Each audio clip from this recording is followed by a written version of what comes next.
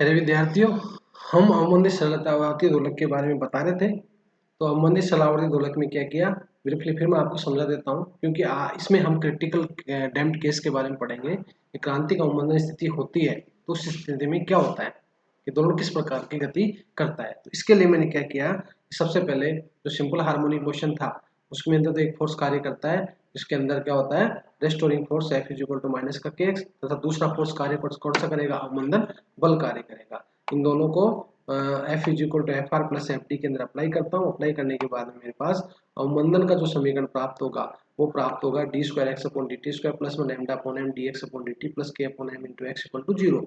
इस समीकरण के अंदर लैम्डा अपॉन एम को तो मैंने 2r के रूप में मान लिया तथा के अपॉन एम को मैं ओमेगा 0 के स्क्वायर के रूप में मान लिया। अब इनको रखने के बाद में मेरे पास जो समीकरण प्राप्त हो गया वो समीकरण नंबर 6 प्राप्त हो गया। समीकरण नंबर 6 प्राप्त होने के बाद में अब मैंने कहा कि इसका जो सॉल्यूशन है वो क्या आएगा, x इज इक्वल टू ई की पावर अल्फा टी मानते हैं, क्योंकि इसको ऐसे सोल्व नहीं कर सकते, इसलिए इसके अंदर क्या मानेंगे, x इज इक्वल टू ई की पावर अल्फा टी मानेंगे। फिर इसका डिफरेंशिएट करेंगे, dx अपॉन dt निकालेंगे, फिर D square X upon dt square निकालेंगे। ये समीकरण नंबर 8 आ गया। समीकरण 8 को समीकरण 7 में अप्लाई करूंगा। अप्लाई करने के बाद मेरे पास समीकरण नंबर 9 प्राप्त हो गया, और समीकरण नंबर 9 से एक इस कण की स्थिति लगाई, मैंने कंडीशंस अप्लाई की। कंडीशंस में इसमें अप्लाई करूंगा तो अप्लाई करने के बाद मेरे पास क्या आएगा, जब a नॉट इक्वल टू 0 हो देन b इक्वल टू 0, तो उसकी स्थिति मेरे पास ये प्राप्त होगी। इसमें मेरे पास जो समीकरण आ गया वो समीकरण नंबर 12 आएगा। इसमें दो तरह की स्थितियां प्राप्त होगी, तो प्लस वाली और एक माइनस वाली।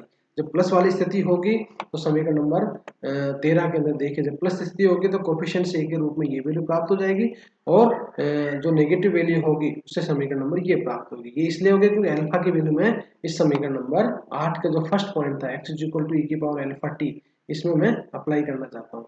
अब इसमें मैंने अप्लाई की तो प्लस और माइनस वाली जो वैल्यू आई, इससे मेरे पास तीन स्थितियां प्राप्त हो गई समीकरण नंबर 13 से।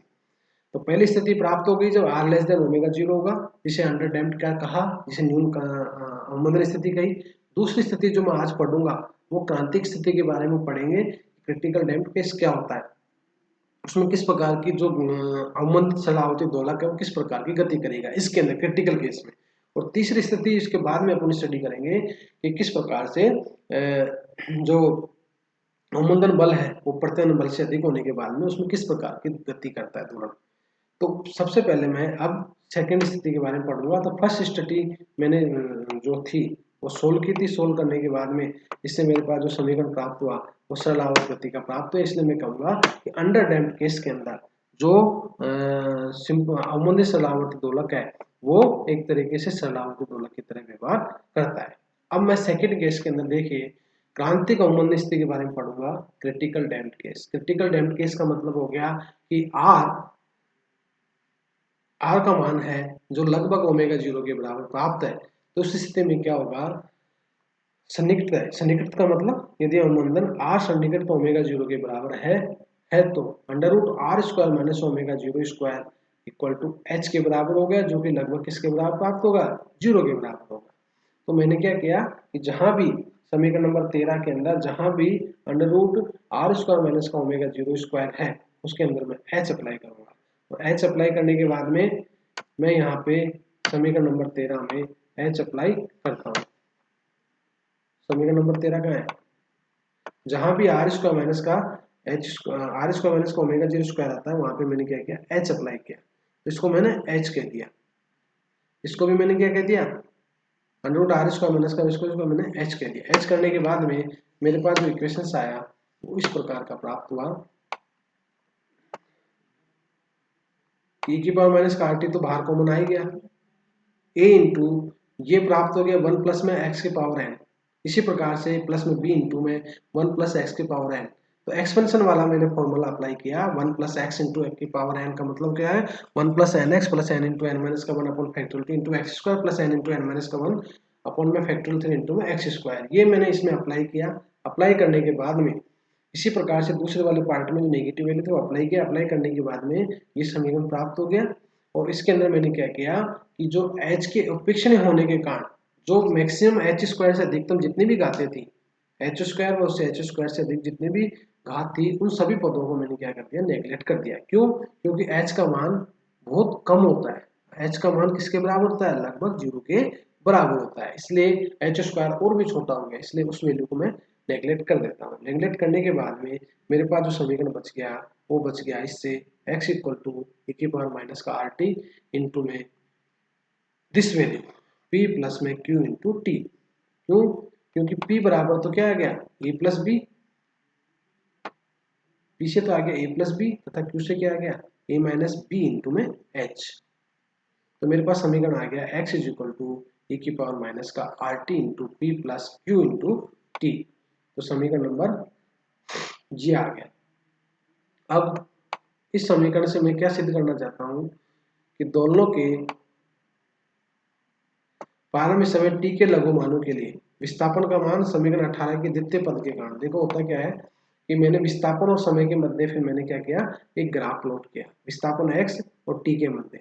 जब क्रांतिक अवमंदन स्थिति है अर्थात r अप्रोक्सीमेट ओमेगा 0 है, तो उस स्थिति में पहले तो क्या होगा, x का मान बढ़ेगा और बढ़ने के बाद जैसे जैसे समय बढ़ाऊंगा वैसे वैसे x का मान पहले बढ़ेगा विस्थापन का मान, और फिर एक पॉइंट के बाद में कम होता होता होता होता जीरो हो जाएगा, एक्सपोनेंशियली चरघातांकी रूप से कम होता चला जाता है। तो ये क्यों होता है, ये देखिए इस कारण होता है कि दोलनों के प्रारंभ में समय t के लघु मानों के लिए विस्थापन का मान समीकरण 18 के द्वितीय पद, समीकरण 18 का जो द्वितीय पद है कौन सा है, ये वाला समीकरण 18 का जो द्वितीय पद है नेगेटिव बी, इस द्वितीय पद के कारण पहले तो बढ़ता है और फिर टी के उच्चघात मानों के लिए विस्थापन तेजी से कम होता हुआ क्या हो जाता है, शून्य हो जाता है। इस स्थिति में दोलक की जो गति होगी वो कैसी होगी, अदोलनीय गति होगी, अर्थात क्रिटिकल केस के अंदर जो दोलन गति करेगा वो किस प्रकार की होगी गति, उसकी अदोलनीय गति कहलाएगी। इसलिए मैं कह सकता हूं कि क्रिटिकल केस में है जो भाई अंडर डैम्प्ड केस में तो क्या होता है, दोलनीय गति होती है, और क्रिटिकल केस में जो इसकी गति होगी वो अपीरियोडिक होगी, जिसे मैं क्या कहूंगा, अदोलनीय गति कहते हैं। अब देखिए इस चित्र 2 के अनुसार एक्स और टी के मध्य जो ग्राफ आ रहा है वो क्रांतिक अवमंदन में इस प्रकार का रहा है, और इसी ग्राफ के द्वारा मैं आर ग्रेटर देन ओमेगा 0 में क्या होगा, अति अवमंदन, नेक्स्ट जो अपन स्टडी करेंगे उसके अंदर देखेंगे तो एक्स और टी के अंदर देखेंगे तो जैसे जैसे मैं एक्स टी का मान बढ़ा रहा हूँ वैसे वैसे एक्स का मान घटता चला जाता है। तो न्यून क्रिटिकल केस में मेरे पास ये सिद्ध हो रहा है, क्या क्रांतिक अवमंदन की स्थिति में ये सिद्ध हो रहा है कि जब आर का मान ओमेगा 0 के बराबर है, अर्थात अवमंदन का बल का मान प्रत्यानयन बल के लगभग बराबर है, तो उस केस में under root R square minus का ओमेगा 0 स्क्वायर को एच के बराबर मान लेते हैं, जो कि लगभग 0 के बराबर है। इसकी वैल्यू को समीकरण नंबर 13 में मैं रख देता हूँ। समीकरण नंबर 13 में रखने के बाद में समीकरण नंबर 13 कौन सा है, समीकरण नंबर 13 मेरा ये है, ये है समीकरण नंबर 13।